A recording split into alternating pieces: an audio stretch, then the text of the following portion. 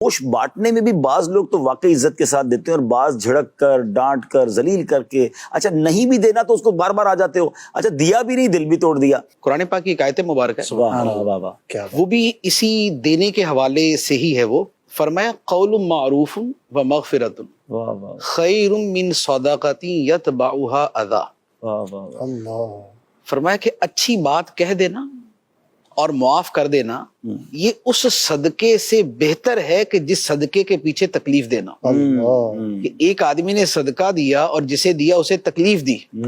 فرمایا اس سے بہتر یہ تھا کہ دیتے نہیں، اللہ، بات اچھی کر لیتے، قول معروف اور بات اچھی کر لیتے۔ سبحان اللہ، تو جس غریب کو دینا ہے اور جس پر اصل احسان کرنا ہے، دیکھے یعنی کہ ظاہری اعتبار سے جس پر احسان ہے اس کے بارے میں فرمایا، پہلی بات تو فرمائے کہ لا تبطلوا صدقاتکم بالمن والاذی،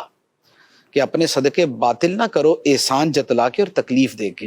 اور دوسری بات اس کے ساتھ فرمائے قول معروف و مغفرۃ خیر من صدقۃ یتبعها اذی، کہ اچھی بات بول دینا نا کہ بھائی میں دے نہیں سکتا یا میں کسی اور کو دے رہا ہوں یا میں دے چکا ہوں، یہ اچھی بات بول دینا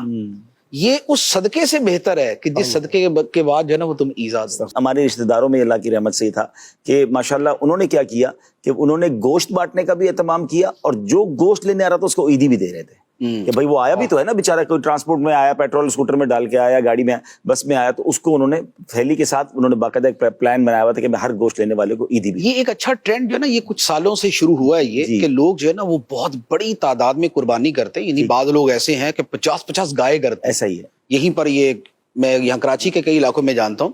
اسی طرح فیصل آباد کا مجھے پتا ہے، تو وہ کیا کرتے ہیں کہ ایک تو گوشت تقسیم کرتے ہیں، دوسرا ہر گوشت کے ساتھ جو نا یہ مسالے اور یہ وہ اس کا پیکٹ ہوتا ہے نا سارا، مسالے، نمک، مرچ اور جو اس میں ڈالتے ہیں وہ سارا، اور یا یہ ہے کہ اس کے ساتھ 500 روپیہ 1000 روپیہ جو ہے نا وہ سامان پکانے کا، تو یوں کر کے بھی تقسیم۔